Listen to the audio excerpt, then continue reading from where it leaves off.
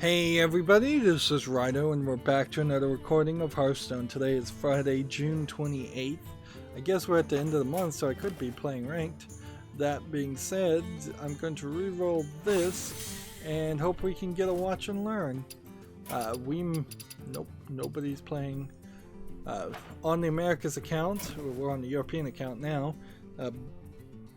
We have a challenger friend already. It seems like this weekend might be a little bit busy with extra work from Hearthstone.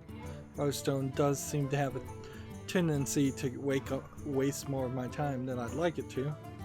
So otherwise on the European account, we just need to play a rogue or warrior victory. Let's see, tempo rogue, ranked, might as well play. Let's go. And let's just start covering the news pretty quickly, because there's a good chance that if this only takes a few games or possibly one game, we'll be at the Asian account, and then there will be very little to do. So first game we have on Steam is F1 2019 Anniversary Edition. This looks like a AAA Formula 1 racing game. I'm not sure I'd ever really want to play a Formula 1 game, in particular because Formula 1 is the racing game where you're playing cars that aren't really cars, and you're not allowed to really crash or race or bump even other players. So it is a very pure, high-end sports way of playing a racing game, or racing in general. If you look at this, it's $59.99, and the Legends Edition is $69.99. Supports all kinds of languages. I'll put this on the follow list. It's mostly positive already, but I would certainly question whether I would want to play this racing game above several other options. Let's see.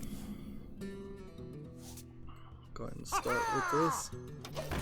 I'm just playing a regular game, just trying to win, don't have to do anything else.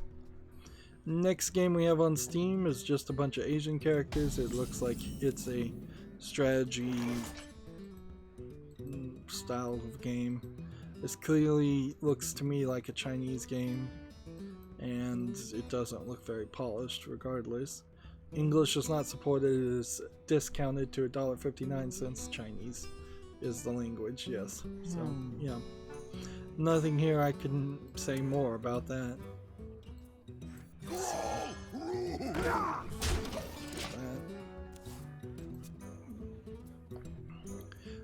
TechRaptor has an article here. More Pokemon Master details revealed by the developer. Here we've got pictures of Pokemon gym leaders, I assume. Let's see. Let's read this while we're playing. A press release from DNA revealed some more details about Pokemon Masters and upcoming mobile games set in the Pokemon universe. The brand new game puts players in the island of Paiso, that's P-A-S-I-O, where they will fight intense 3 versus 3 battles to become the best fighter on the island. Now, so far, there's no guarantee that this is a 3-on-3 battle that is with Pokemon. This could be a 3-on-3 battle, just in some completely different other form or factor. That wasn't right. I should have. Well, I guess it doesn't matter. Unlike traditional rules of Pokemon battles, Pokemon Masters use a system called sync pairs, where a trainer and Pokemon work together.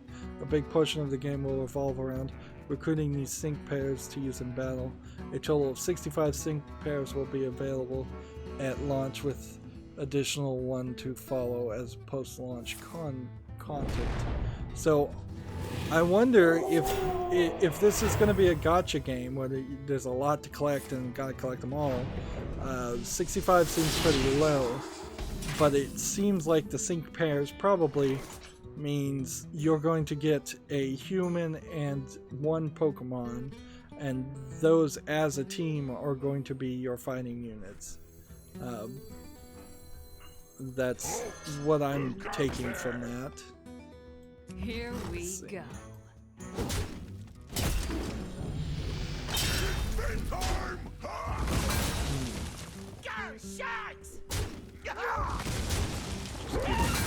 Doing that. This won't be a game you can play by yourself either. Ideally, you'll be grouping up with 2 other real-world friends to form 3 sync pairs and fight against tough AI opponents. Unlike the majority of Pokemon franchise, these battles will take place in real time. 3 trainers and 3 Pokemon will face off against opposing 3 trainers, each of which with their own Pokemon. This, to me, seems like they are selling a special Pokemon battle as a separate app more than anything else. I'm not feeling like there's anything in this game so far that's been described that needed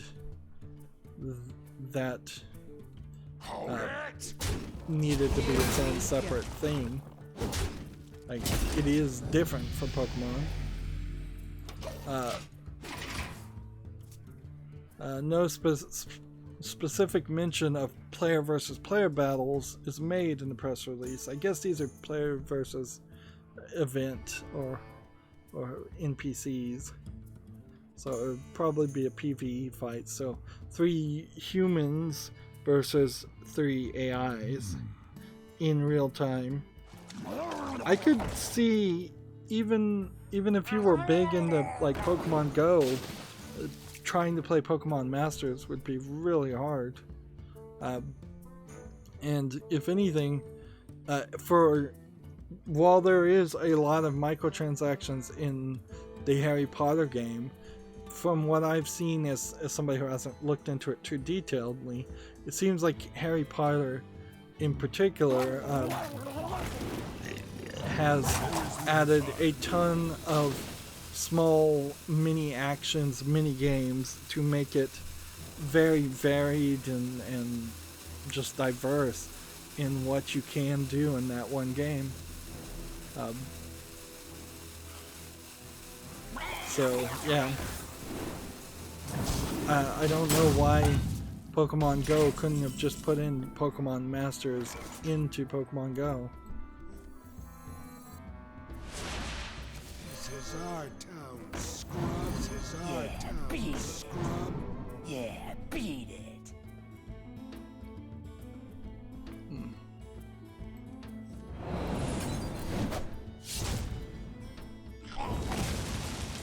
Here we go. Gonna hit that, I guess.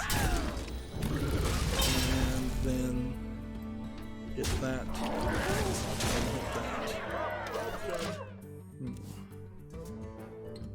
that. Pokemon Masters will be available in English, French, German, Italian, Japanese, Korean, Spanish, and traditional Chinese at launch. And it will be billed as free to start title, which, if it's like previous Nintendo mobile games like Mario Run, free to start was accurate but not very helpful as a description. It means if you get into it after you played effectively a demo first level, then you're gonna have to pay money.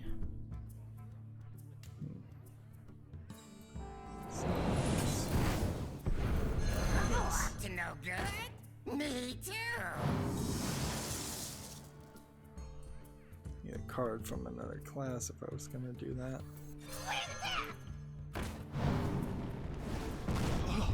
You're looking at me. You're looking at me. Let's see. Pokemon Masters arrives sometime in the summer of 2019 for Android and iOS. And if we come over here, we have a presentation video. Clearly, the characters and the way they're being animated these days, depending on the game, seems to kind of shift dramatically. I don't know if that's because they have different artists do different things. So the whole idea of the sync characters, I think, pretty much implies this is not what the game is going to look like. That yeah, each human. The question here is, what are the humans really going to do? Like, are the humans stepping in front of like attacks of the Pokemon, or is this just a trainer telling a Pokemon to do an attack? Except for this time, trainers get to only pick one Pokemon and stuff. And is this like a female Red or a female Ash Ketchum with a Pikachu on her shoulder? Well, then wouldn't that be Red and Blue, or Ash and Gary? Yeah, I don't know how you take a game like this, though, as I'm skipping through this, and make this interesting, per se. Like, it seems almost like it's taking the ideas of Artifact and trying Artifact yet again. Alright, let's hurry up. Let's just take our victory and be done. Yeah, I don't know how you fix that. I really don't know how you do something new with Pokemon or make it more interesting. Somebody jumped on? No. I guess in this case we could try to add the last person we played as a friend, so we can get a watch and learn, and we'll see if they accept. Meanwhile, I'll talk about some more news. Gamatsu has an article. Utawaremono Zon Go Forth in Flight trailer. So is, I believe, a game that was recently announced. They have a trailer, so we can try and figure out what this is. It's probably a JRPG if I was to guess. Actually, it looks like it's a action-based hack and slash kind of Dynasty Warriors game. That looks interesting, certainly. Of course, if I tried to play any Dynasty Warriors game, or where it's just button mashing like crazy, I'd probably kill my fingers. But I'm willing to try. Once in a while, once every 3 or 4 years, I'll play one of these style games. Utawaremono Zon is due out for the PS4 September 10th in North America and September 13th in Europe. Doesn't seem like it's actually coming to any other platforms. Well, it seems like it would be a little silly not to play a couple of games, so let's see if we can at least get up to rank 18 with one more game, and then we'll move over to the Asian account. There's a chance that the Asian account will take a bunch of time. If not, we'll find some other ways to find something else to play. Find some other, go back to the America's account maybe, and challenge a friend, see if anybody's there.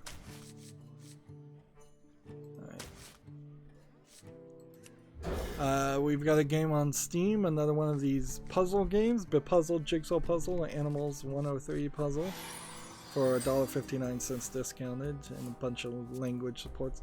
Interesting English interface support, but full audio and subtitle support for several other languages, which I don't believe at all. It could be that the reason, and this is again just tinfoil hat speculation, it could be the reason why we're seeing animal puzzle games coming back into vogue is because maybe that rogue employee that maybe isn't actually a rogue employee inside of Valve has cracked down on the anime girls and who are naked puzzle games.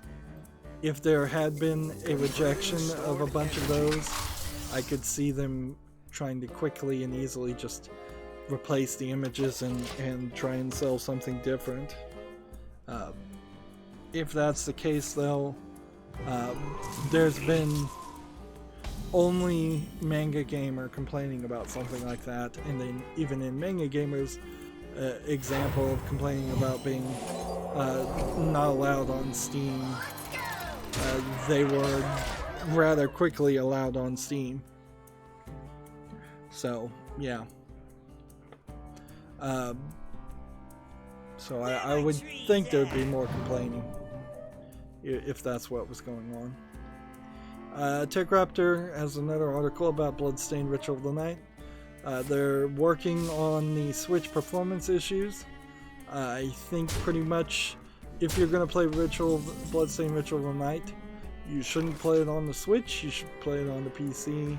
I think eventually it probably will play just fine on the Switch, but currently not so much.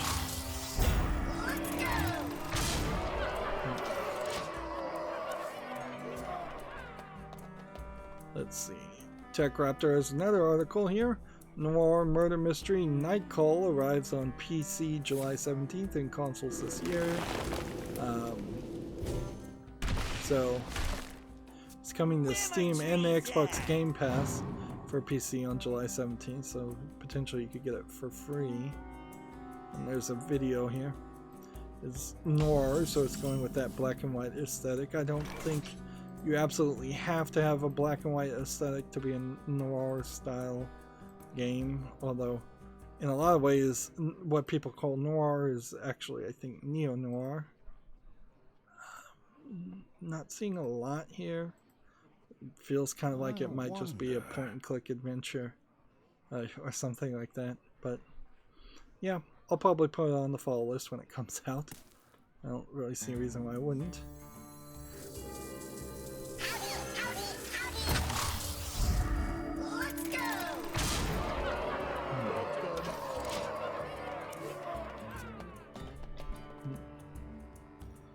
Gamatsu has an article here. Square Enix Dragon Quest XI team is hiring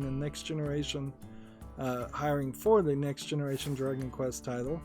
So, as a surprise to nobody, they're making a new Dragon Quest game.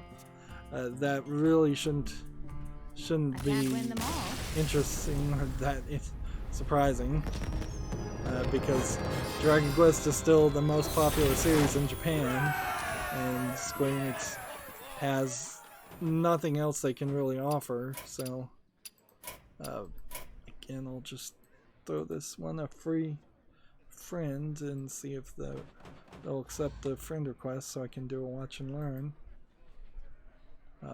Although I just kicked their butt, so I don't know if I could really watch and learn from that anyways. Next game we have on Steam today is called Death In, and a bunch of Asian characters in its original language. This might be a interesting visual novel. They're calling it a strategy adventure RPG game. I don't think it really is that. This feels a lot like it is a Phoenix Wright Ace Attorney clone. And this might be a Chinese game. Maybe, maybe not. English not supported. It's discounted to $2.39, and it is a Chinese game. We are seeing better Chinese games, though. Again, this is another example of, had they translated this and localized it to English well, there might actually be a game here to play. This looks like it might be a point-and-click adventure murder mystery experience. I like this animation here. I like this animation character, although maybe I don't agree with fading out a character to indicate who is speaking, but whatever. There's a lot of other elements here that could use more detail and more polish, but don't look terrible by any means. But of course it's not supporting English, so there's nothing I can do about it. Do we want to go for a win streak, I guess, and just keep playing Paladin? I guess we will. I guess we'll just go until I see the end of the line. What just happened there? I connected very quickly. Victory or death! I will fight with honor.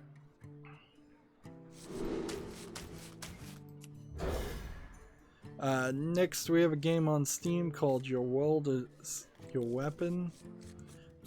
Doesn't look very polished. It looks like it's just a kind of top-down RPG game. I guess I kind of like this idea. It looks like the game Shopkeeper, but it also kind of looks like it's a mobile game with all the buttons down at the bottom of the screen like this. Yeah, this looks like it just has some parts that don't look that good. And see, this is the world is your weapon. Is $9.99, English and then Chinese and then Japanese and Korean. Yeah. I only like one of these screenshots, and then the rest of these look terrible and not polished. So again, this is probably an example of the anime girl in this catching my eye, but I should be focusing on the terrible interfaces and how much text is taking up the screen and the terrible backgrounds that it looks like when you're actually playing. So yeah, this isn't making it to the wish list. Move faster. Well, I guess I kinda need to. Komatsu has an article here. Bandai Namco announces online action RPG called Blue Protocol for PC. So Bandai Namco is making a new JRPG game, or I guess online action RPG game, is what they're calling it. If it's online, I probably would never play it. Blue Protocol doesn't seem like it's a continuation of any series, and Bandai Namco, if I'm recalling correctly, is about 50-50 on making good products, because they make a lot of things, certainly a lot of games and a lot of anime that sometimes succeed, sometimes don't. Moving on, TechRaptor has an article. One Punch Man, a hero nobody knows, is coming to PC, PS4, and Xbox One. I think I already talked about this. It seems like it is going to be just a fighting game. It doesn't seem like there's going to be any major story on this. It'll be interesting to compare how well One Punch Man works compared to what's the name of the other series that's coming out. The battle!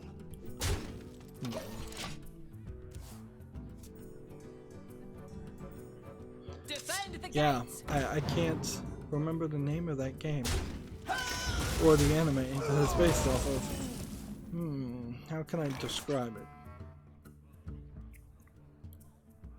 Let's see.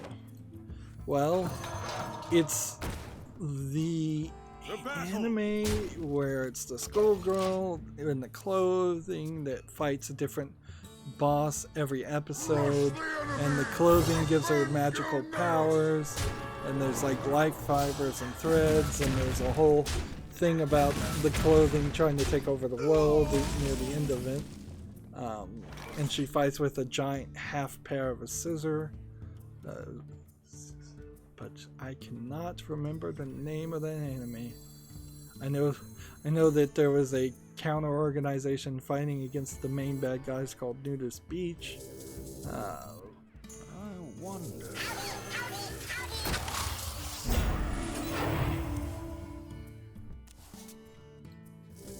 Converting stored energy. I know the subtitle of the game is IF. So it's something : IF. It's like made, I think Gainax made the anime. It's too new of one, so it's not on my shelf of animes by far.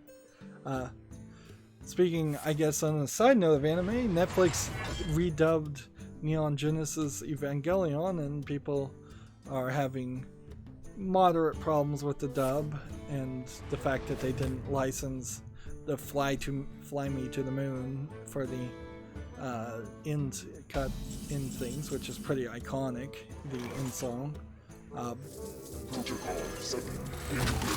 But it seems like there's really only 2 or 3 things people are complaining about. Although, if there's anything anybody's complaining about, then why bother to redub it at all? They probably didn't want to pay for the license, the separate license fee for the ADV dub. I own the original Neon Genesis Evangelion TV series and movies, which, by the way, they're what they are labeling as the Death and Rebirth movie is they're labeling it as Death parentheses True squared,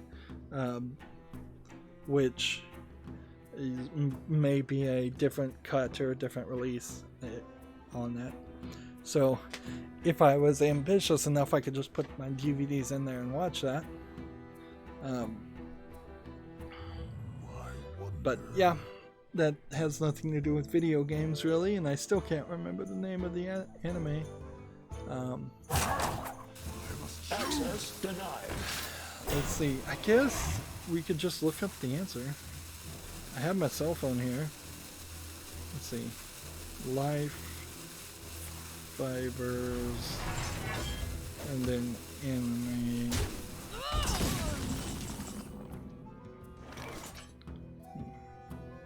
Kill La Kill. That's the name of the series. Okay, I guess that explains in part why I didn't remember its name.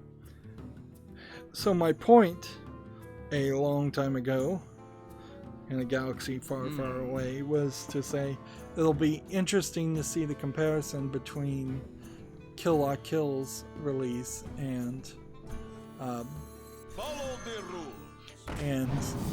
One Punch Man release, as they are both going to be fighting games that are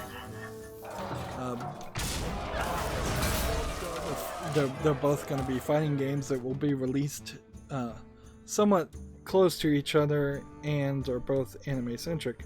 That being said, I'm not sure how many One Punch well, I don't know. There's a pretty big overlap of, if you're into anime fighting games, Kill La Kill and One Punch Man would both be in your wheelhouse, almost certainly. The only difference is if you hate female protagonists, then you wouldn't want to play Kill La Kill, but there's female protagonists or female characters that are centric in One Punch Man eventually too. Moving on, we have a game on Steam here that's just a bunch of Asian characters, and it looks like it is a RPG Maker garbage game. It looks pretty bad even on the scale of an RPG Maker game.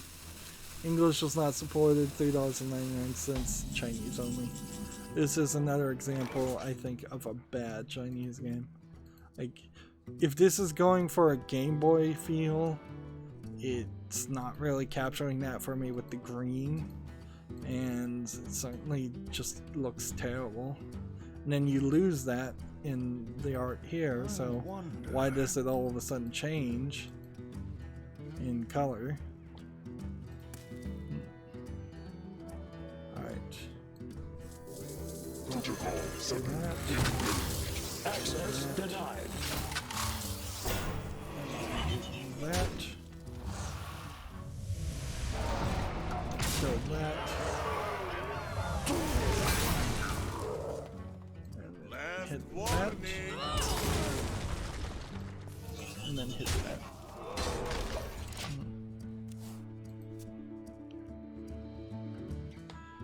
Next game we have on Steam is called Valley of Decay, which looks like another low effort RPG Maker game. It looks totally terrible. And again, I suspect maybe a Chinese game. Maybe I'm getting a little too paranoid on that. It's free this time and it's English only. So yeah, I have to put this on the Westerners this time. Just a terrible, low effort game. I don't even know if you really call this as an asset flip game, although these assets are very possibly pre-built. They look so terrible and they don't feel like a 3D asset you would buy at the Unreal store or the Unity store. that making that claim, I don't think adds anything more to the information.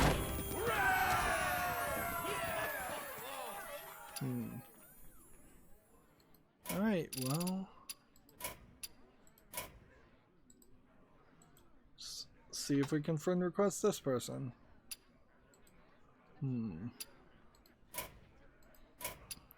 Well, it seems like we got up to rank 18. We could keep on playing and try to get up on higher ranks. So I guess that's what we should do. I do see the end of the line here, but whatever.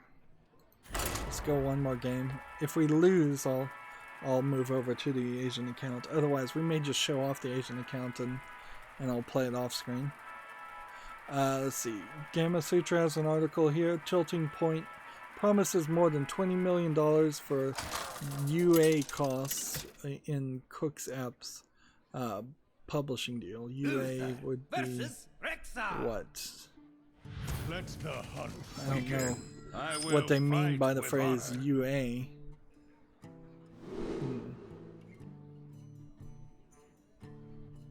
User acquisition. Okay. So they're going to spend $20 million to get more users to play their games. Alright.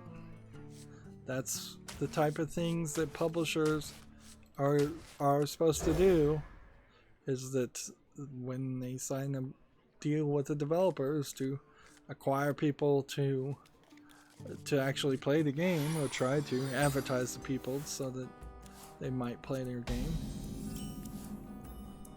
I'm gonna do this and then end the turn. Gamma Sutra has the same article we already talked about. Valve clarifies the Steam sale event if devs chart declining wish lists. Let's see. It's not only that Valve, in the middle of the race, clarified things. They've changed how it works. So they basically cheated, and there might be even a legal complaint to be made here. Quite frankly, I shouldn't have done that this turn. But yeah,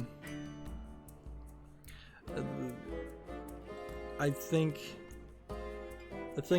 it really just goes to show that they did not think this thing through, or perhaps they were doing internal testing and it all made sense internally, or maybe the person in charge of it was just so feared by everybody else that nobody was willing to say, wait a minute, this could be confusing. Like, even to me, I consider myself capable of understanding quite a lot, and even to me, the way things were being explained on the Steam Grand Prix event was not really that clear. It really didn't make it obvious what you were supposed to do, and my choice to choose the second runner-up team of Team Tortoise very well may not succeed, like, because Team Tortoise is now, at least in one race, was becoming the target because people recognized that they had no chance of slowing down the first runner-up, the winner, Team Corgi. So instead, it was just a race for second place. And when it became a race for second place, everybody started targeting and slowing down Team Tortoise, which kind of sucks for me. In the end, also, it feels like I'm pretty glad I'm not spending a lot of time on this, because I'm almost certainly not going to be gifted any games. And I don't think the majority of people are going to be gifted any games. It feels like this is a raffle, a lottery, where the odds are at best 1 in 10,000. Whereas previous Steam games and sales have been giving you little inexpensive, valueless things. At least you were getting something. Now, it doesn't feel like it. And what I would have done if my guess is right that they're trying to de-emphasize and get out of the trading card market, since there were no trading cards in this sale. What I would have done is said it straight and plain. We're going to retire trading cards, and as such, in this sale, we're giving away trading cards to everybody. Every game you have, whether you've played it or not, is now eligible for trading card drops.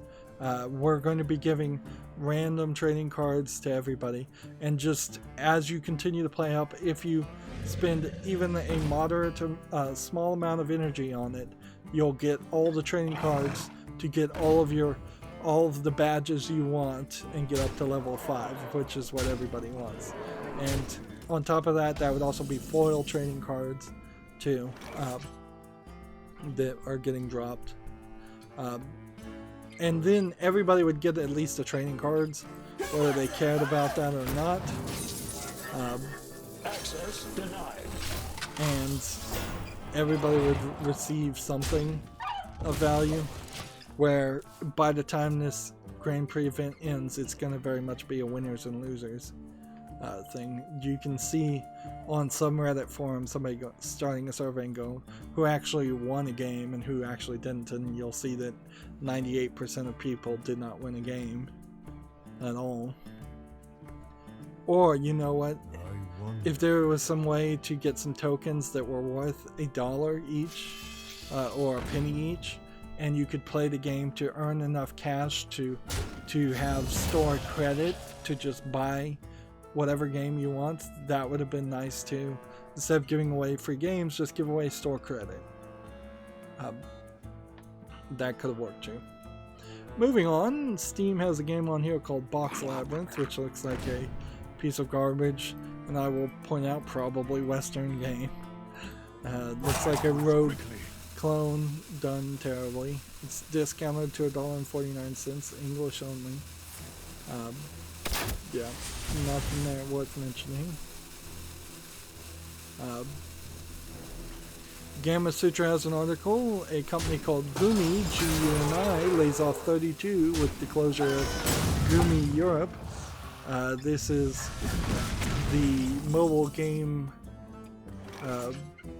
It shut down both the Paris Gumi Europe and the mobile game Brave Frontier the Last Summoner, the studio launched in 2018. I've never heard of this game. Of course, it's a mobile game, but that's the weird thing about mobile games too, is that there can be slightly successful games that nobody has ever heard of, or most gamers like me, PC gamers, aren't going to have heard of.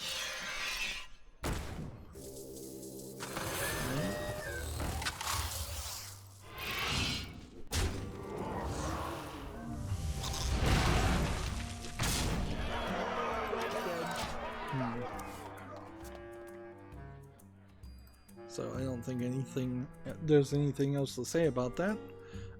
Tech Raptor has an article here. Super Mario Maker 2 limits players to uploading 32 stages online. That's a very arbitrary number, clearly. But it also, 100 would have been a lot better, but I could also see somebody not trying to just waste the storage space, which Nintendo clearly isn't paying a lot for storage space to upload these things. But it could also just be a limitation because they have somebody actually looking at every single level, which I wouldn't be surprised if that's the case. So they want to make it a situation where you can't create one account and then easily upload 100 Mario Maker things full of like swastikas or something like that, something offensive, which people will certainly try.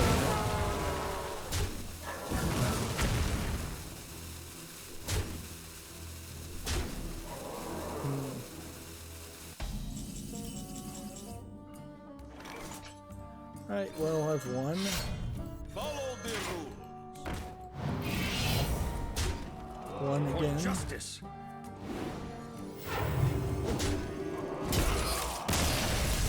As long as we're getting a win streak, since we're at the end of the month. No, work our way up the ranks.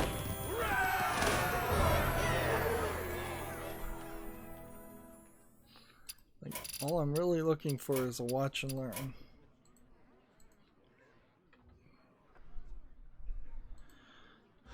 While we're waiting to see if somebody responds to that, here we have a game on Steam called Baculus, which looks like a top-down propulsion kind of puzzle game. Kind of like a Flappy Bird puzzler more than anything else. It doesn't look very polished or interesting though. It's nothing here that I'd want to play. Discounted to $2.99, English only. Terrible thumbnail. That's really the level of art I would expect myself to make. They didn't accept. Okay, we'll play one more game then. Gamma Sutra has an article. Stadia purchases and saves will remain accessible even if the publisher pulls support. I don't know how you get around the publisher pulling support because I will fight if with honor. I guess it's just in the initial contract. It's a permanent, non-revocable license to publish that. But certainly, I think if Ubisoft put a game on Stadia and they didn't want it on Stadia anymore, they would at least tie it up in the courts and send cease and desist letters, which really don't have that much teeth. But then further, actually would seek out injunctions that does have legal teeth to tell them that they can't allow people to have those games. Move quickly. This is an odd statement to have to say even before your streaming service launches, because it does really give the feeling that people are contemplating the end of Stadia before it even launches. The other thing I saw is Stadia, I guess technically you won't have a beta because the first year itself, where you have to have Stadia Pro, is the beta. So you just have to assume that it works. That's not really a good system for something that you really need to test out and figure out if your internet can handle it. So there's a lot of questions left unanswered, which is exactly what it says in this article on Stadia, and a lot of skepticism when it comes to Stadia in general.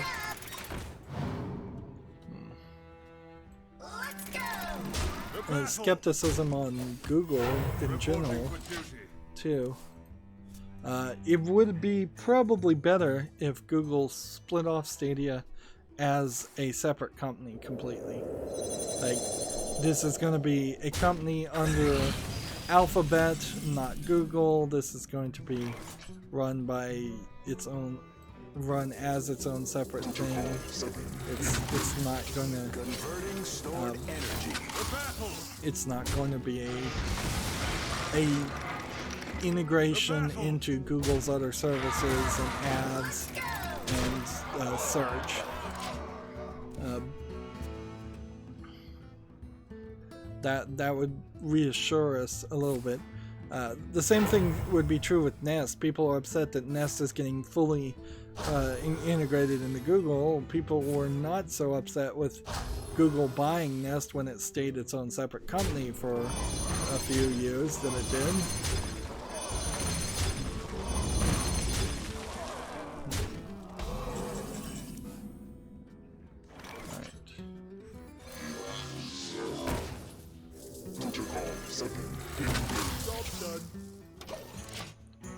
Let's see. TechRaptor has an article here. New reports details of potential hardware for the Nintendo Switch revision.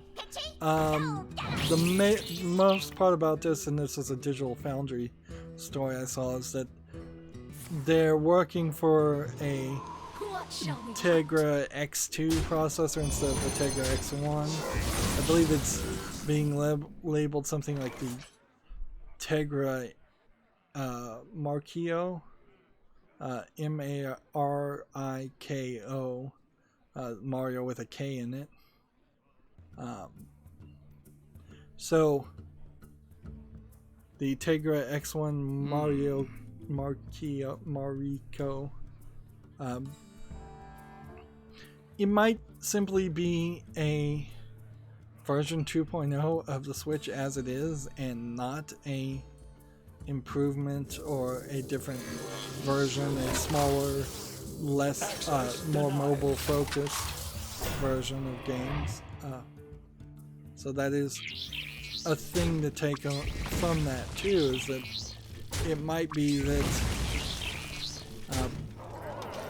that instead of them rolling out what we thought would be the Joy-Cons are directly connected to the screen and can't come off, something more durable, less breakable, something with a smaller screen, something that probably couldn't be docked as easily or didn't come with a dock, things like that.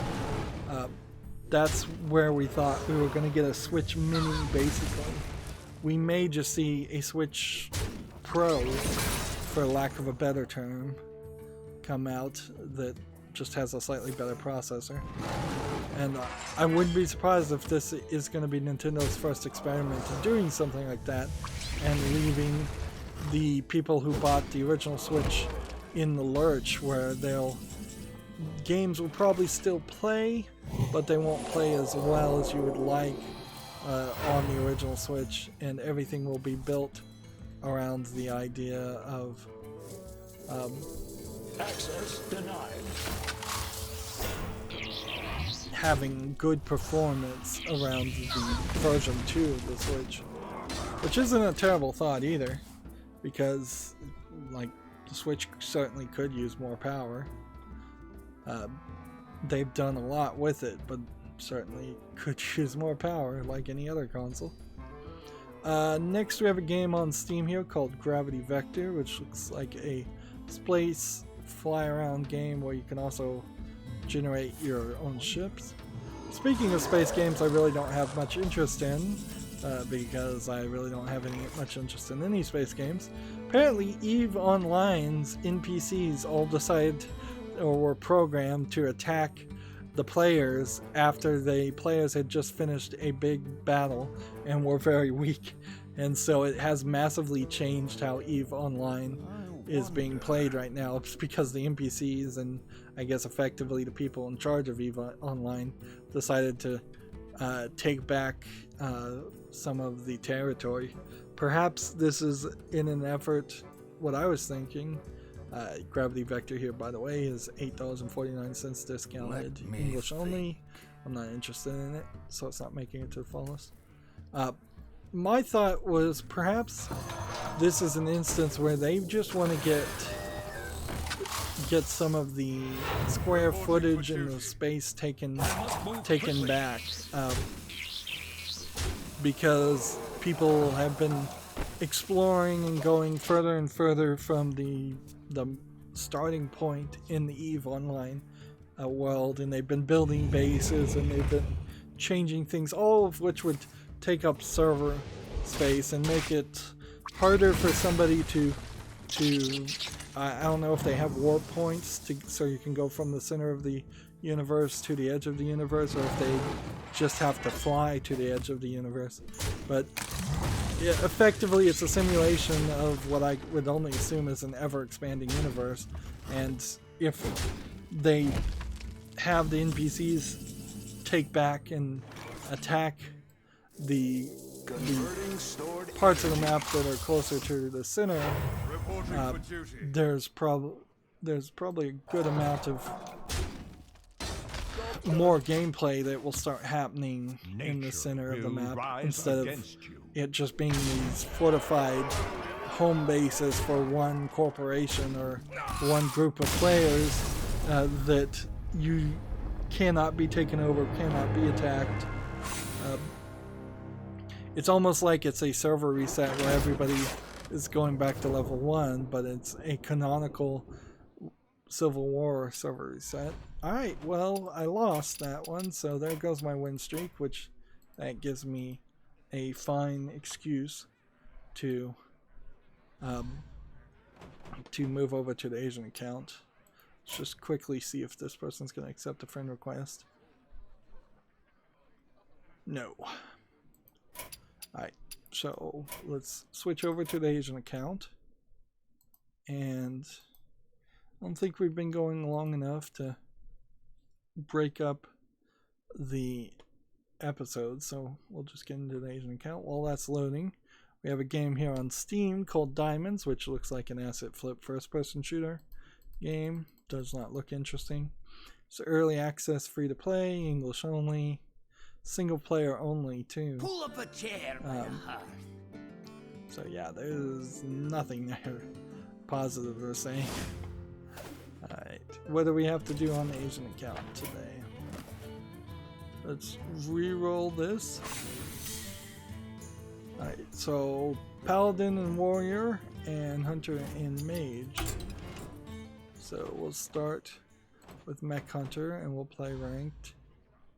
And I guess we're looking for victory, so let's play casual actually, because we don't have that much news. We have a game here called Fist of Heaven and Hell. It looks ridiculous. Looks like MS Paint level graphics, and not anything I'd ever really want to play. It's $6.79 discounted, English and Spanish. Yeah. I will Nothing fight there. with honor. Let the hunt begin. Let's see, trade out all these cards. Next we have a game on Steam called Storm Chasers, which looks like it's probably an asset flip game, although an asset flip game where you're driving around chasing tornadoes is frankly a different style of game. I think if you put some polish there and put a story to this, you could have a game there. They made a movie, certainly, at least a couple of movies where Storm Chasers were the main focus of it. Twister, I believe, was the name of the movie in the 80s. But they didn't make a lot of movies by that description. Job's done. So, Storm Chasers as a game is discounted to $11.04 in English only. Visually though, there's not a polish here. If I was going to do this, it would need to be bright and very visually polished. I would want to feel like I was really there. And I would want to also have a feeling that this was a realistic experience. And you see hands, but this isn't a VR game in one of the screenshots, so it's just disembodied hands driving the car for no reason. Give a friendly mech +1/+1 if it has a death rattle, trigger it. I don't have that.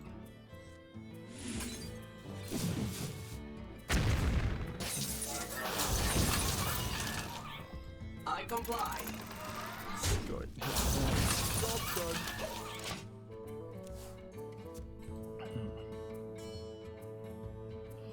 Tech Raptor has an article here, Cadence of Hyrule review, a link to the Necrodancer. So this is the second game that they actually have reviewed since E3. Reporting for So they're getting back to it. From what I've heard, Cadence of Hyrule is a pretty good game, but this is pretty much the size of the map, and each one of these squares is just a puzzle. There are dungeons that adds quite a bit, I think, as far as what to get and play, and it seems like there is a decent amount of inventory items and such. But 10 hours of gameplay and you've probably done everything. Also, I looked at Crypto the Necrodancer on Steam. It doesn't have an easy mode, from what I can see.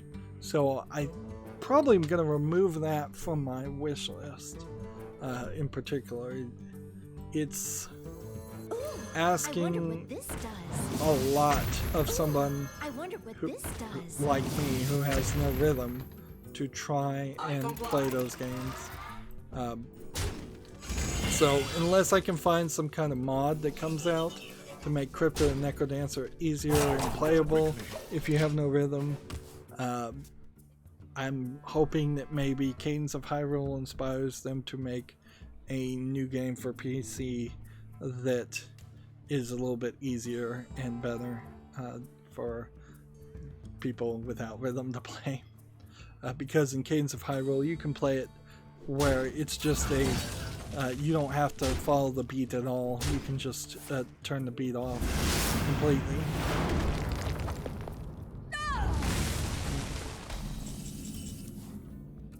Let's see. Do I want to do that?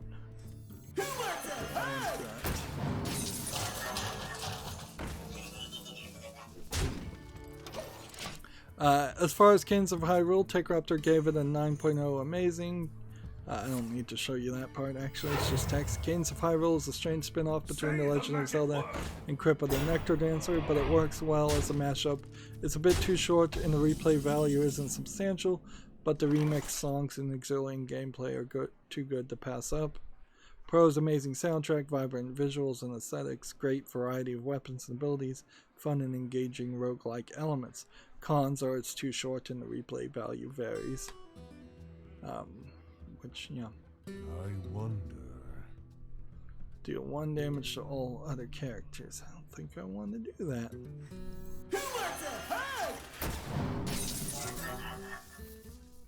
Oh, I didn't play that right either. Well played.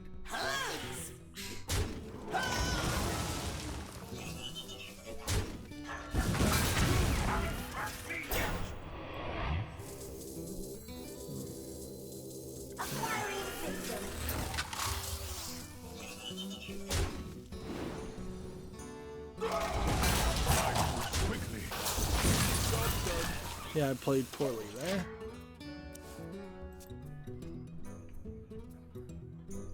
This next story is quite surprising. USA Networks has ordered a Masters of Doom pilot, which I don't know what that really would mean.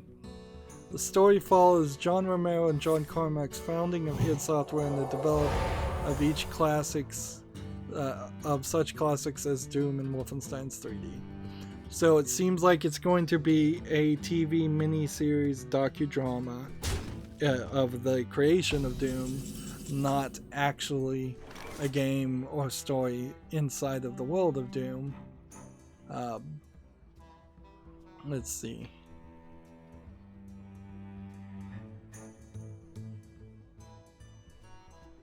So if this actually happens, that would be maybe slightly interesting, but also it could be really, really pointless and silly. Alright, what do we want to do? Hit that. I'm gonna hit that. I'm gonna hit that.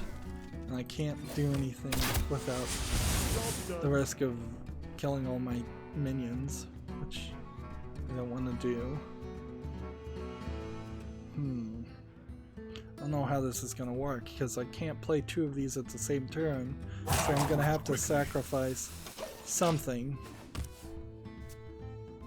TechRaptor's take on it says it'll be interesting to see how Masters of Doom performs given the subject matter and that it's on a cable network instead of a streaming service, which seems like it would be a better fit. Given the Franco brothers and Beasel's involvement, that was part of the story I skipped over, who was involved in the development.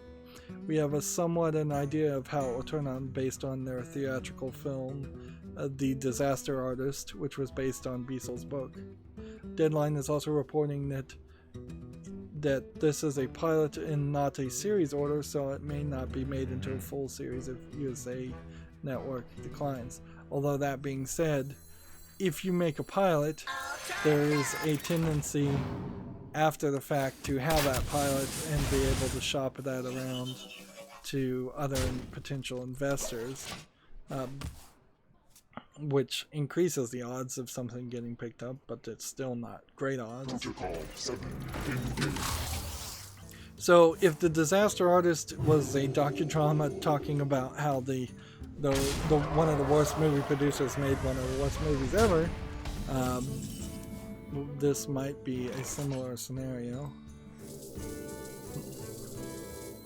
Right.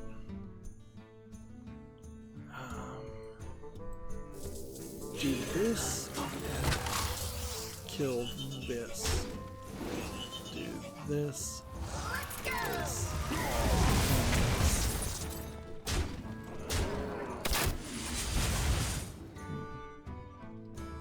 and kill that.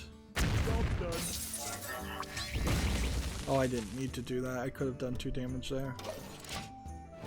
Because this one's gonna do 1 damage to everybody anyways.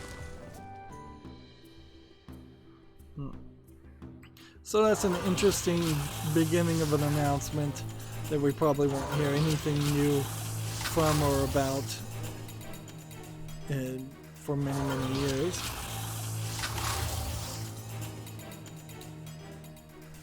Let's see, Gamma Sutra. Death Rattle will destroy a random minion.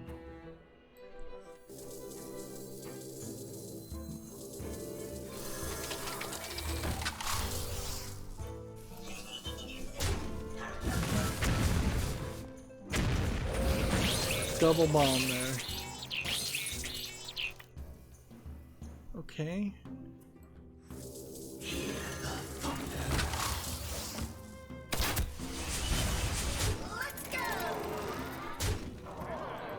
Got it. Victory.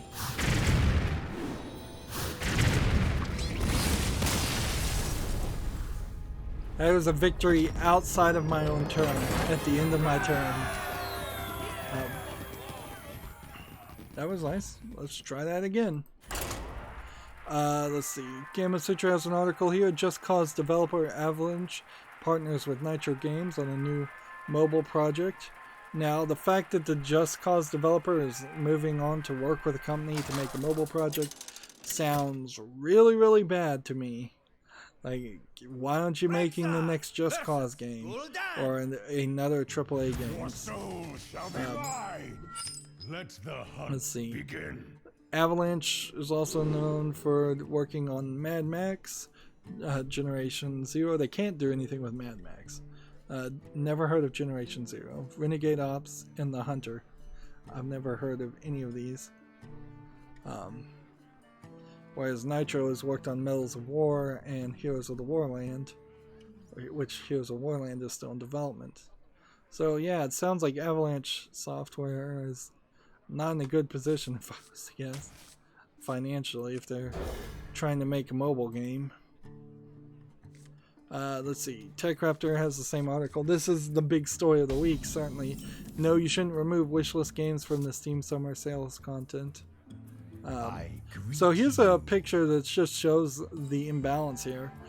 Team Corgi here has a boost of 3,147. Second in place is Team Tortoise at 295 times boost. So it's, you know, hugely imbalanced. And so they really did need to change the race mid-team, but they didn't think it through. Frankly, there should have been a completely different system. Maybe you get randomly placed in,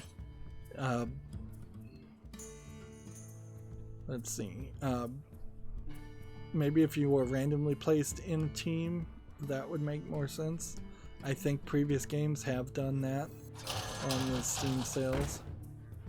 So why they didn't do it this time is weird. Let's see. Here it goes. Valve has released a blog post talking about some of the changes that are made to the Steam Grand Prix overall in an attempt to make the game slightly easier to understand and somewhat more balanced. The driver's dash and manual have been clarified to make it easier to understand.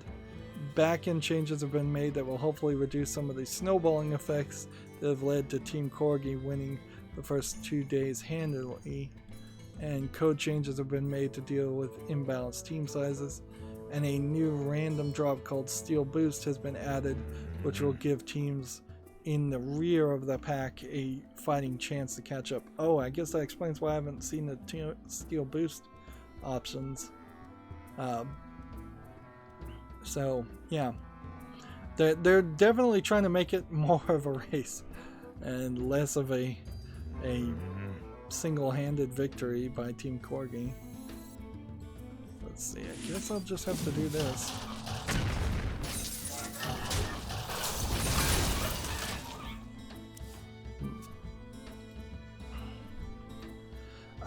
CheckRaptor has an article here that is probably more what Steam was hoping that you'd focus on. CheckRaptor's pick for hidden gems on Steam Summer Sale 2019.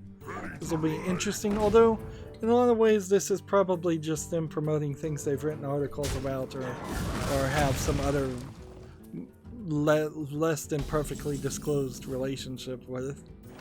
Don Parsons, the Age of... I guess Don Parsons is one of the writers, so they're gonna break it up by writer.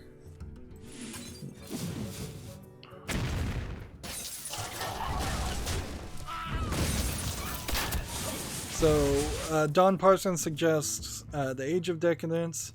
Here are you. We'll show this because the prices are here and such. I doubt we'll see anything much more than 90% off. Here are you, Rogue to Redemption and Battle Chef Brigade. Robert Scarapinido suggests Freedom Planet, Ziggurat, and 20XX. Samuel Golimo, see, they're only suggesting 3 games. Compared to my own video, like I went through my entire wish list and I'm like, yeah, look at these games that I've already decided I want to play and see which of these games are actually on sale and shop that way. And that's how they say to shop, is have your shopping list done really, really early before sale happens, and if something's on sale and it's on the list, spend the money then. Samuel Guillermo says Code 7 is story-driven hacking adventure. The Metro Omicron, Slay the Dance Floor, and Moss. A lot of these games I haven't heard of. So I guess they are hidden gems. Robert Adams says Neverlia, Hakorina Explorer Plus, and On the Holy Heights. Courtney Efferholler says The Black Legacy, Avery Attorney, and Finding Teddy. I have heard of The Blackwell Legacy and Finding Teddy. Those are the first 2 games. Austin Souther says Stacking for $1.49. That's a good deal. Halfway, never heard of that. The Moose Man.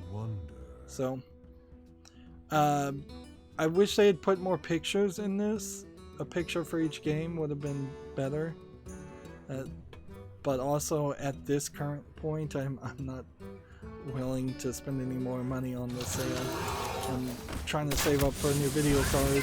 I've been doing that for potentially 2 years now, and spending extra 100 there, extra 100 there, makes it hard to have an extra 500 when you need to buy a video card, certainly. Let's see.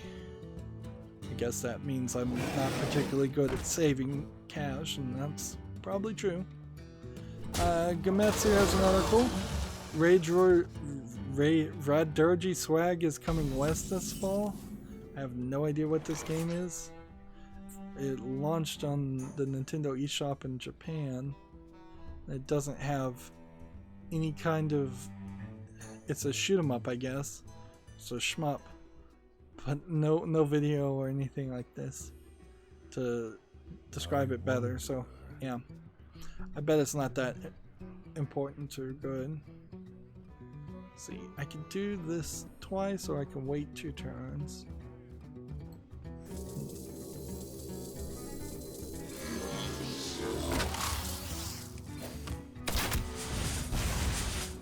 I'm gonna take out this guy. Attack here, here, and here.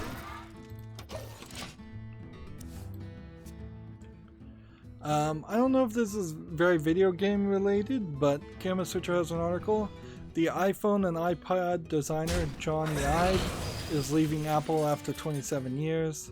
I assume after 27 years you probably have vested Apple stock and probably a full pension retirement set up too.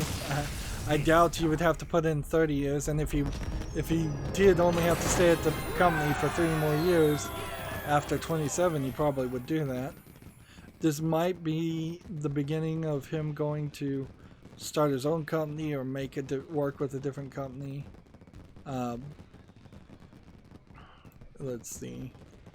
And I don't know if his designs or his work, if he designed the iPhone and the iPad, is going to significantly change where mobile games are going, because I don't think he designed any actual software.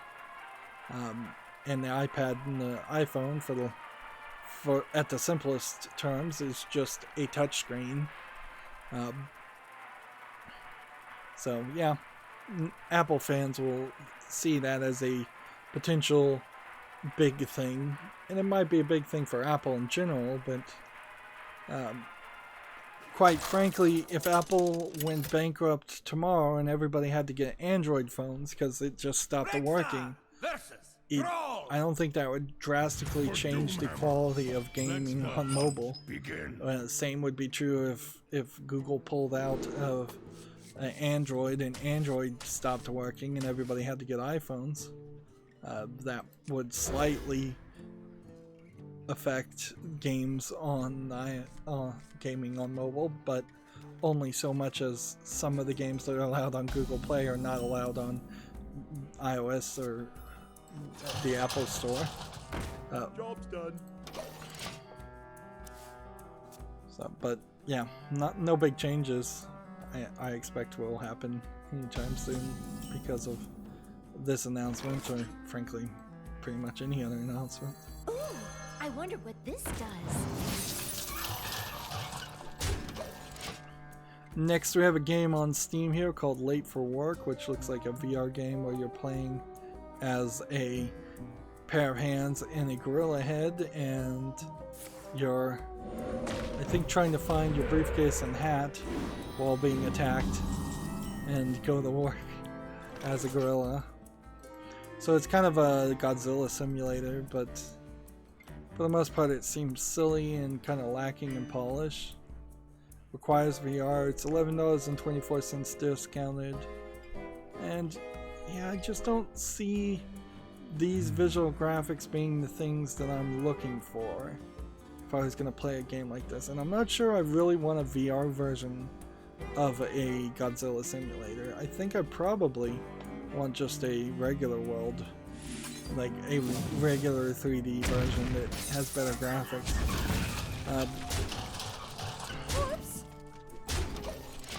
And I want to be probably from the third-person perspective, so I can see Godzilla the whole time.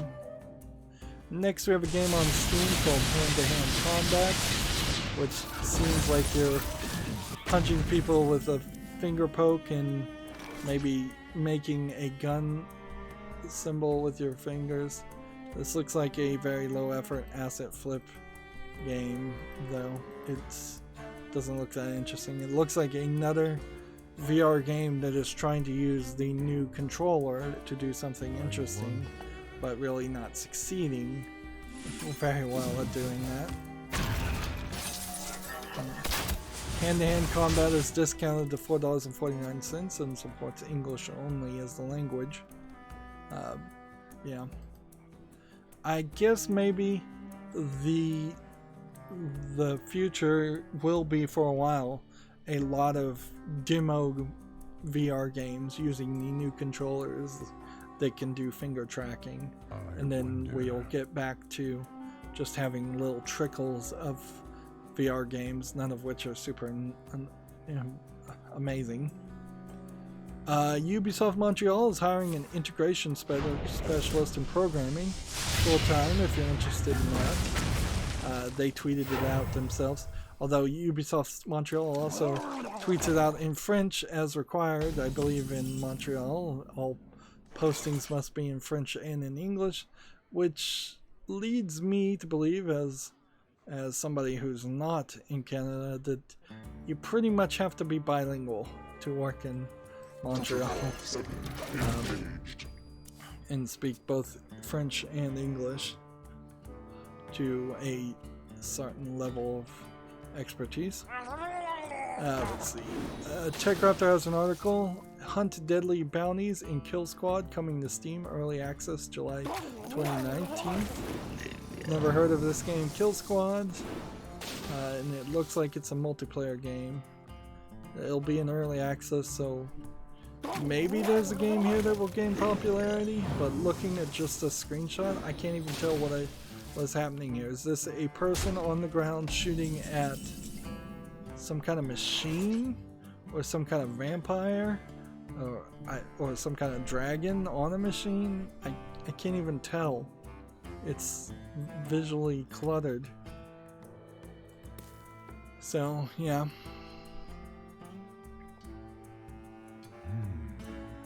This and this.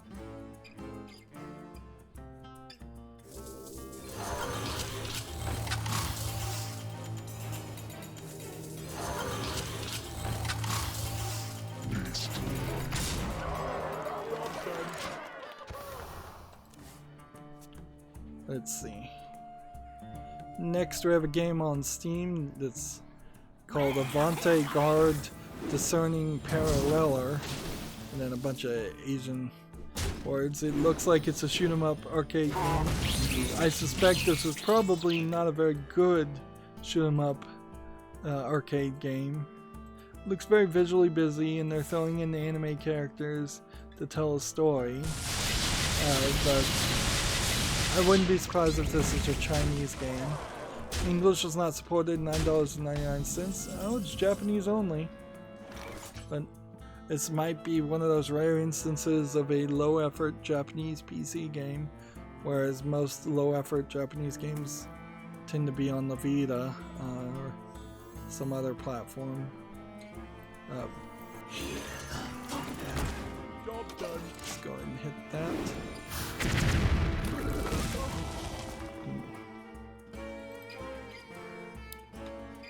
Let's see. Gematsu has an article. VR Ping Pong Pro announced for the PlayStation VR and PC VR. I kind of thought I'd seen a game already like this, but you know, if VR Ping Pong is a real ping pong game in VR and it plays well and looks good, there might be something to that. But then again, it might just be a huge waste of time, and you run into a danger of playing anything like this in VR where you're going to swing your hands around and snag a cord or potentially knock something off a shelf.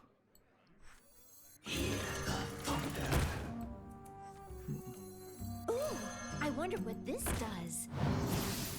Job's done.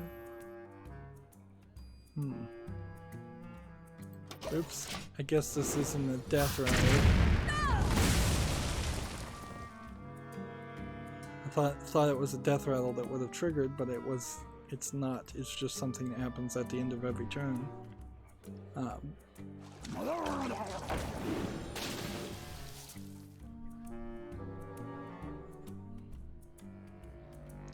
As long as, if this can do 1 damage and this can do 2 damage, I've won.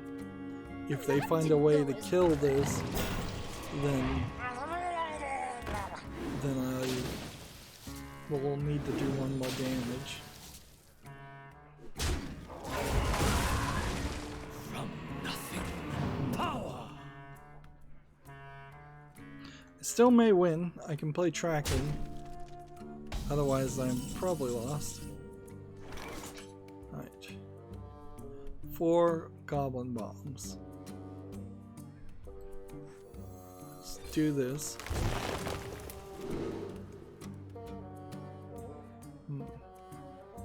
Do this.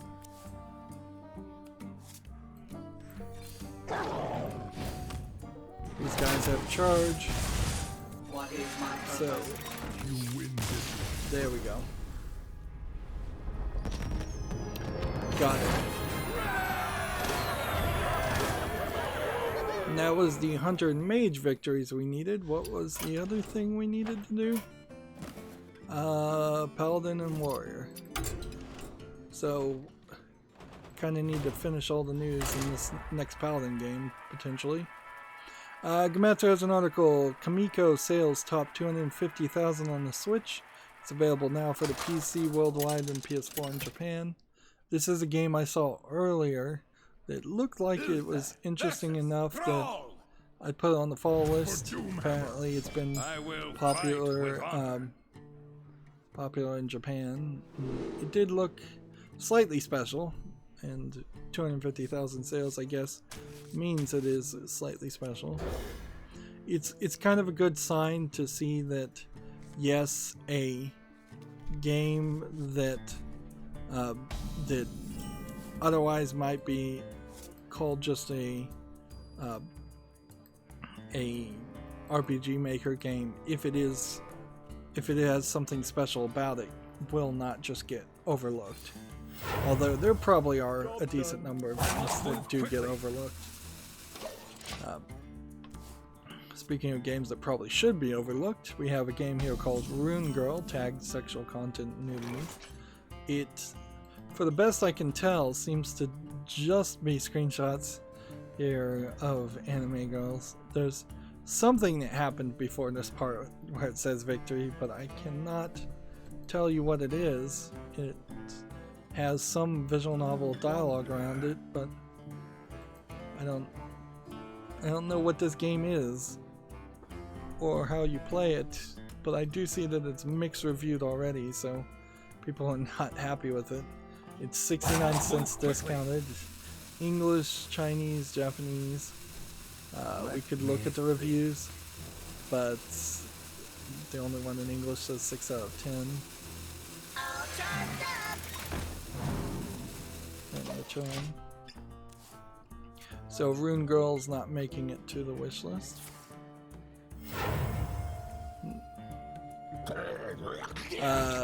TechRaptor has an article here. ActRaiser, spiritual successor Soul Seraph, hits consoles and PCs on July 10th. I've never heard of either ActRaiser or Soul Seraph. I don't know if ActRaiser is the original game. I guess it is. Let's see what it's a Sega published game. This must have been a pretty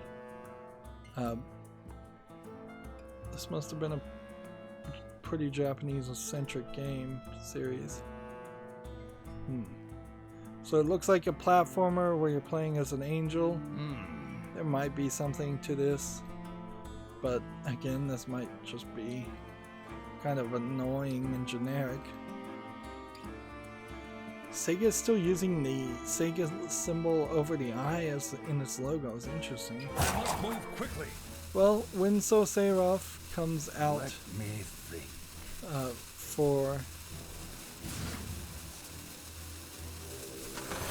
when it comes out for the on Steam, I'll maybe put it on the fall list. I think I would.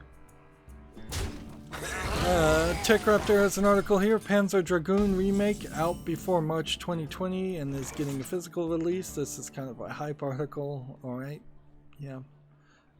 Out before 2020 doesn't mean too much, but I guess it means more than anything else.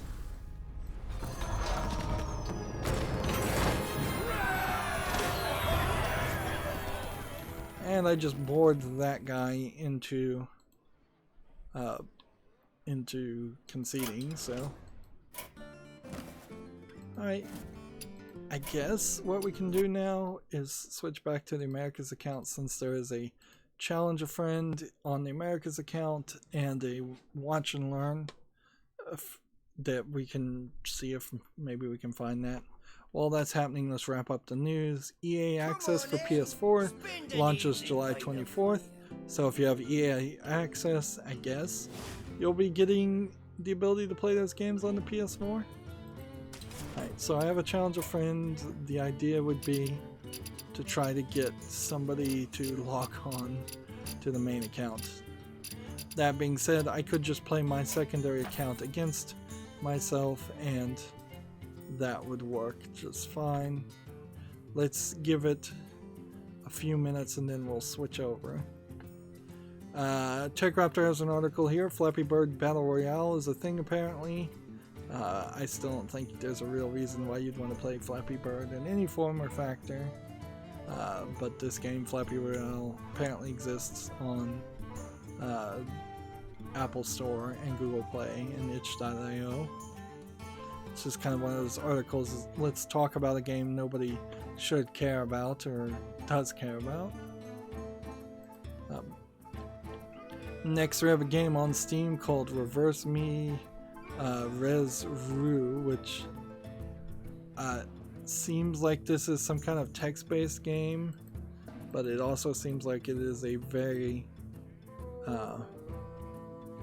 it's like just turning the words backwards for no reason. It doesn't seem like there's a game here. This is 84 cents discounted. It's got a whole bunch of games bundled. This is English and French. It's like, nope, I don't see anything here that's worth playing. Do we have somebody? Oh, somebody came on and then they immediately jumped into a game. So we could spectate, I guess.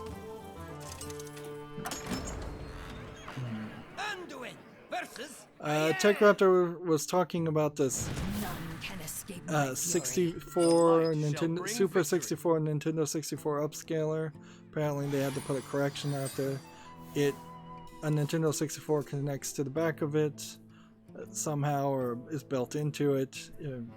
Maybe it's a mod chip outside of the box to just upscale the Super Nintendo 64, which you could probably do that pretty easily with a standard upscaler as much as anything else, just to get that HDMI output.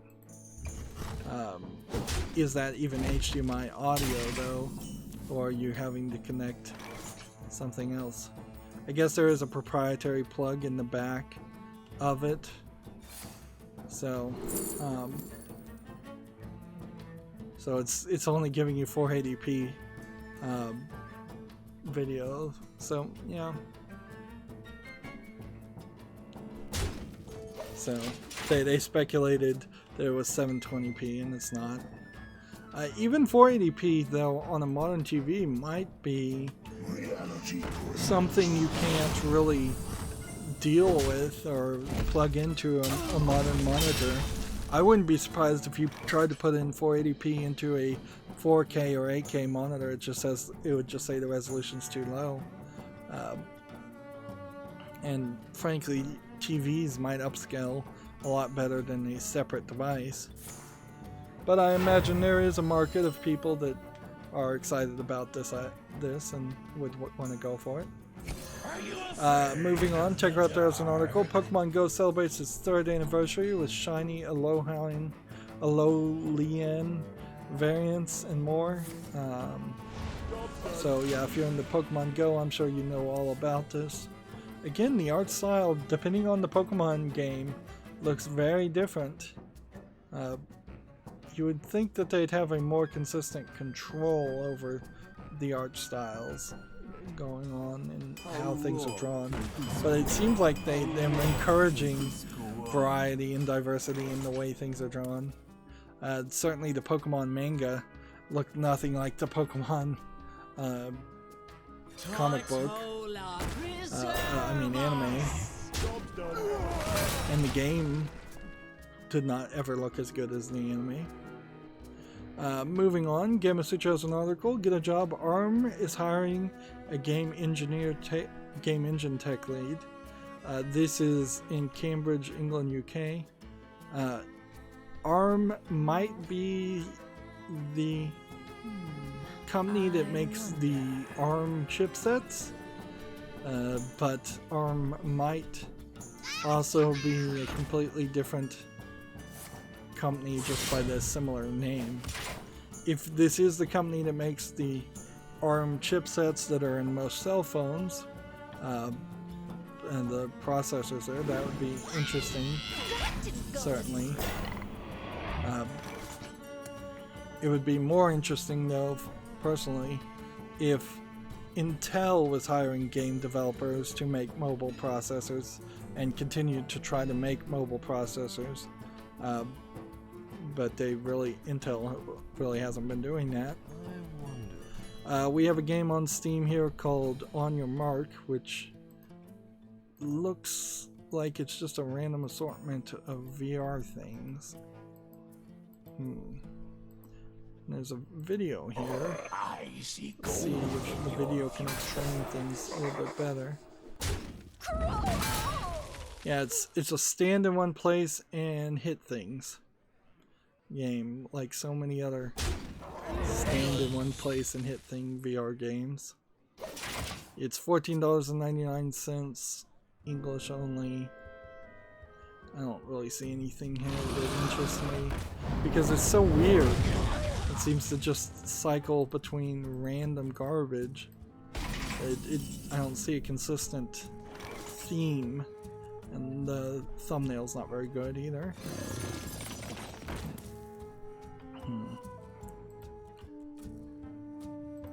Next we have a game on Steam called Please Find Me, which might be an asset flip horror game where you're looking for somebody, or it might be actually a somewhat polished horror game where you're looking for somebody. This trailer doesn't look terrible. You know, spelunking and looking for somebody lost in the woods is almost a more realistic, scary thought than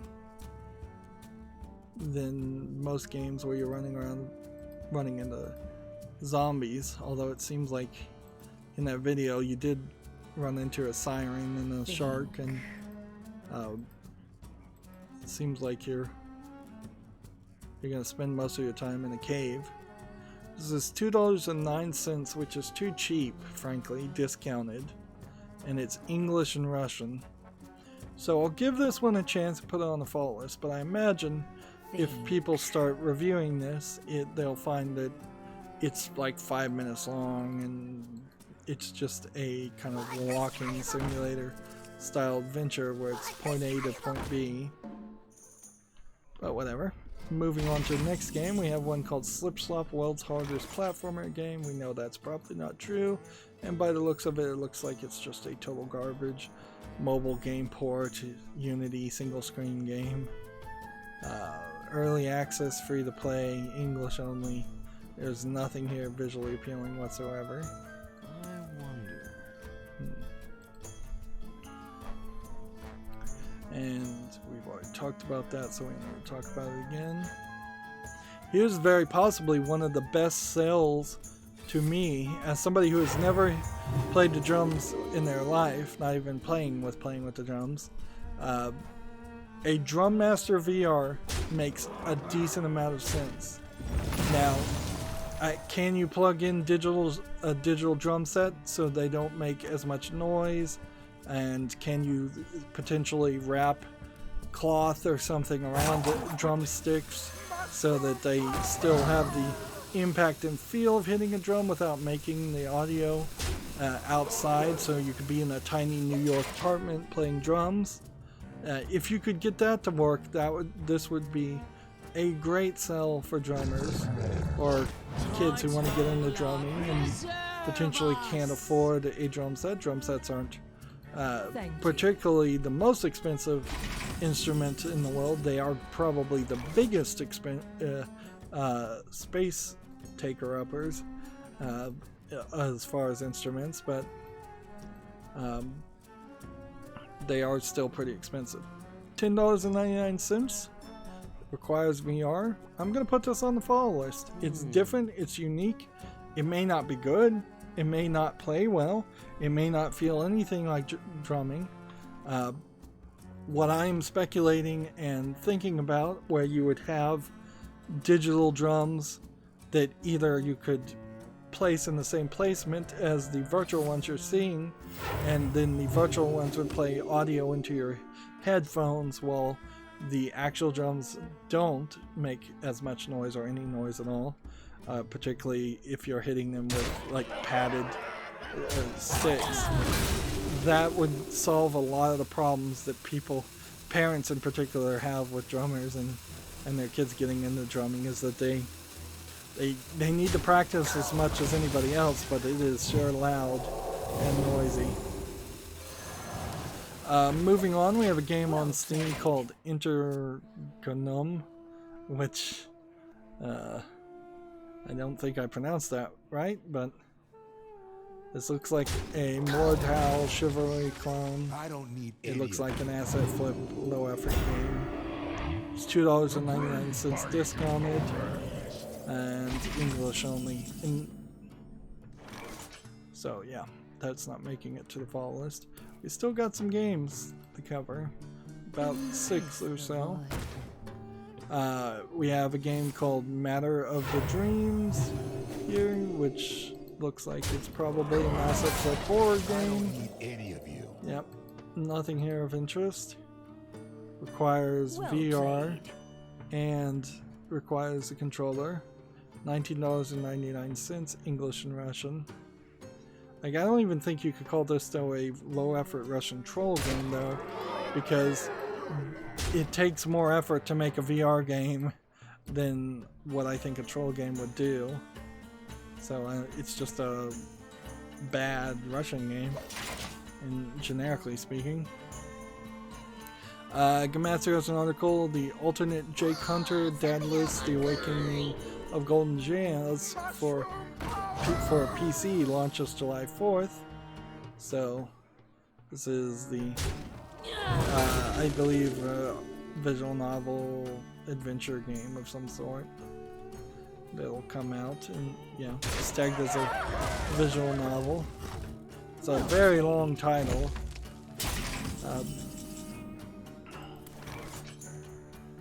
This guy's about to win, so let's follow him and pay attention.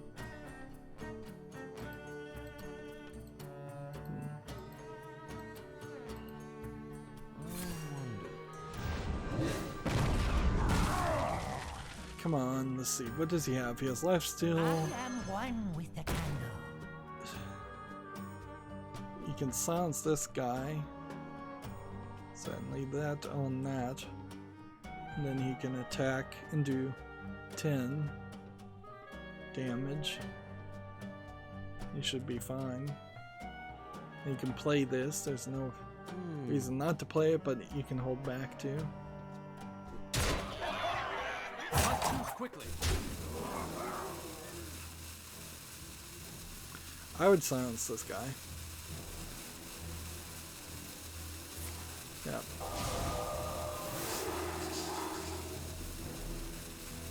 And then I would just heal. Suffering. I can't decide. So I want to focus here and see if this guy concedes. Can I quickly challenge a friend? Dark one snuffs all. The odds of him winning 29 to 1 are nothing. I must have not reset my timer. Smart moves. I concede. Right.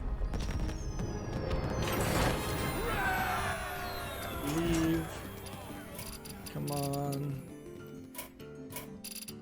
Challenge a friend. If this guy doesn't accept the challenge, I'm gonna be so upset. After all that time.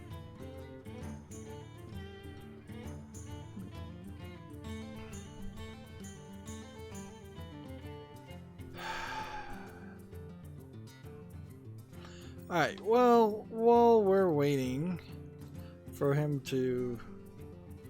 The player has no standard decks. What? Fine. How about a wild duel?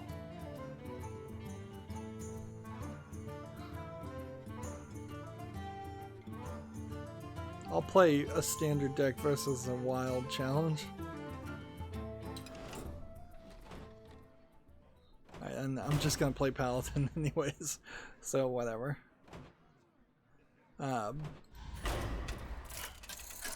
So next game we have on Steam is Cat Girl Lover, which was tagged. Versus I thought nudity. Yes, it is nudity.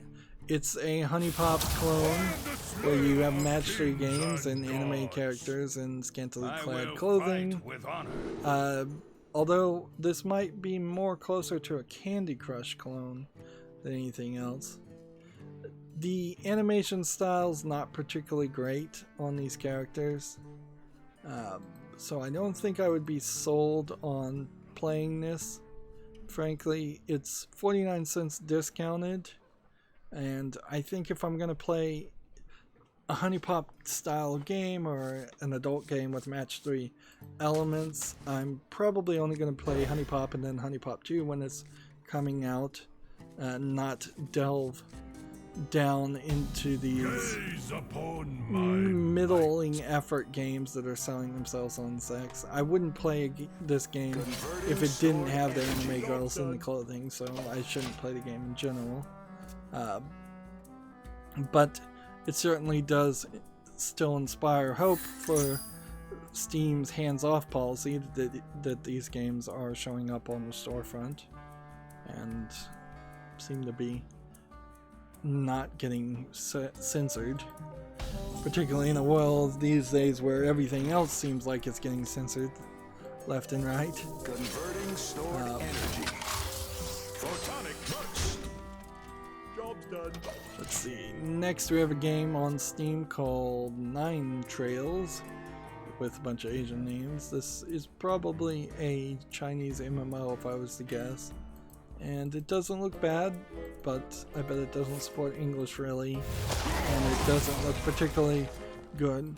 And frankly, I would never play an MMO, and I don't think MMOs are ever going to come back in favor to the West, except for maybe World of Warcraft.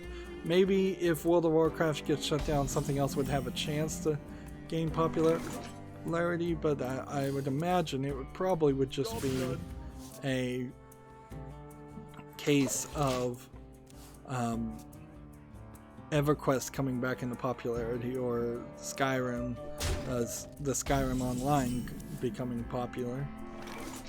I bet we wouldn't see a lot of instances otherwise.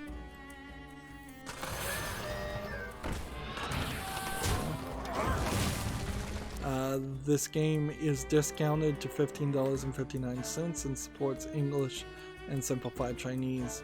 I think the English is questionable at best there.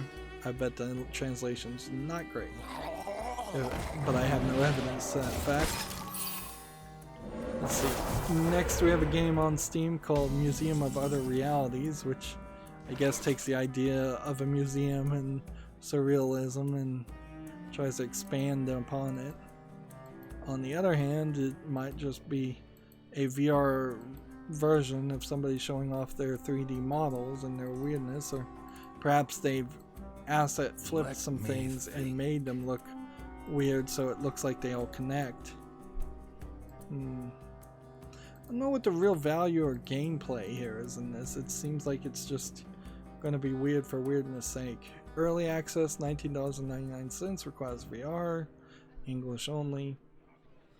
I don't see anything in that makes me want to put it in the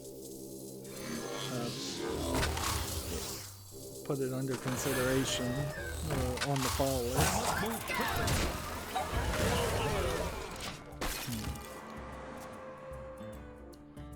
Let's see. Next we have a game on Steam called The Last Escape of Yeti, which looks like it's going to be a completely pencil-drawn game, and looks like it's just an incredibly low-effort point-and-click adventure, for lack of a better term. See, this might actually have a decent story or a game in it, but nobody in their right mind would ever actually play it long enough to find out if that's the case, and it seems like the controls and the clicking is pretty awful. 99 cents with no discount, English only. But if I can't make a game that looks way better than this, I wouldn't make a game, and that's basically why I haven't ever made a game. I would hire an artist, and if I'm not confident in the game I'm developing to hire an artist, I should just give up at that point completely.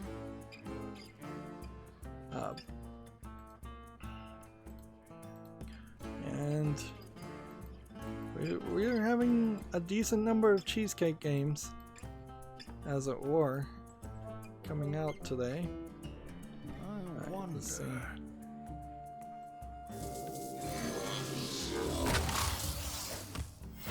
Reporting for duty. There we go. So the next game we have on Steam is called Dancing Girl, and here you have a lady with a big cleavage and very little bikini, and then there's some bunny outfit things. This is one of those games where they've just licensed or gotten some 3D models and they're having them dance on the stage, and that is pretty much the entirety of the game. It seems like it's might have some VR support, but maybe not. $2.69 is way too expensive for what this is, particularly when there's another game called Wet Girl that is bundled with it. English and Chinese, so this is one of those Chinese games. I bet there's not really any nudity. Well, it says nudity, but I bet it's not as much nudity as you would expect normally for that style of game, because it's a Chinese game. Make no mistake, this is a low effort game though, and not something really worthy of money. Let's see. To battle!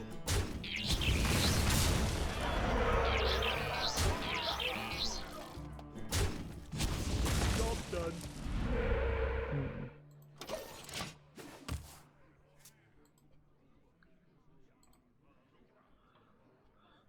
Gemetsu has an article here. Ark of Alchemist is coming to the Switch October 10th in Japan. So, a new game in a series, or is this a brand new series? I feel like I've heard of Ark of Alchemist, but maybe it's an anime that is getting a video game version. Or maybe I've just heard about it. Yeah, it looks like a JRPG, and going on to the Switch, the graphics don't have to be that good, so of course they aren't. So unless this comes to PC, you know, just sorting yourself in that way and saying I'm only gonna play JRPGs that come to PC, you're already down the well pretty nicely as far as filtering out most of the lesser graphically desirable games.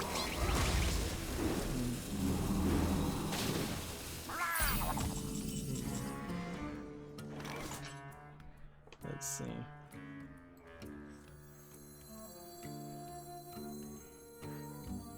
Do I want to do this? Reporting for duty. To battle!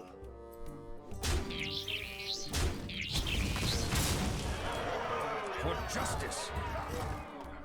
Job's done. About to win, which is good because we're about to win anyways. Here we have a Chinese visual novel game called Lily of the Hollow.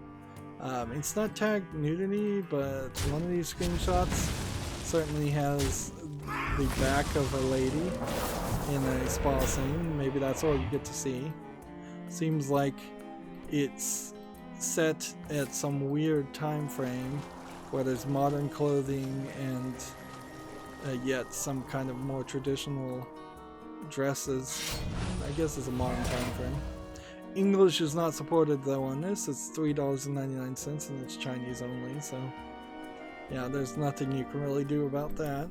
It's not making it to the fall list. Yeah, and we have 1, 2, 3, 4, 5, 6, 7, 8 games that are making it to the fall list. So 8, 16, 24, like potentially 24 games every week get added to the fall list. So every year Potentially 1,000 games might make it to the fall list. That might be, unless my math is wrong. Yeah, no, I think that's kind of the numbers as it goes. The Humble Bundle still doesn't have any new bundles, so there's nothing to talk about there. And so I'm back on my Twitter feed and just going to investigate if there's any other news. Reporting for duty. For justice. The battle. Job done. Let's see. Whoa. So let's see. New game we can talk about on Monday. New game came out we can talk about on Monday on the Twitter feed. I must ponder. And I still don't feel like I'm missing out on any real news. Games Done Quick is still going on. Lots of videos are coming out on the YouTube channels. I assume Games Done Quick is actually still going on. It may actually have finished even a couple days ago, and they're just taking their sweet time to put them on YouTube. It's always fun to watch the speedruns to get more ideas of games to cover. But Perplexing. a lot of the games are the same games over and over again if you've been watching for 3 or 4 or 5 years in a row.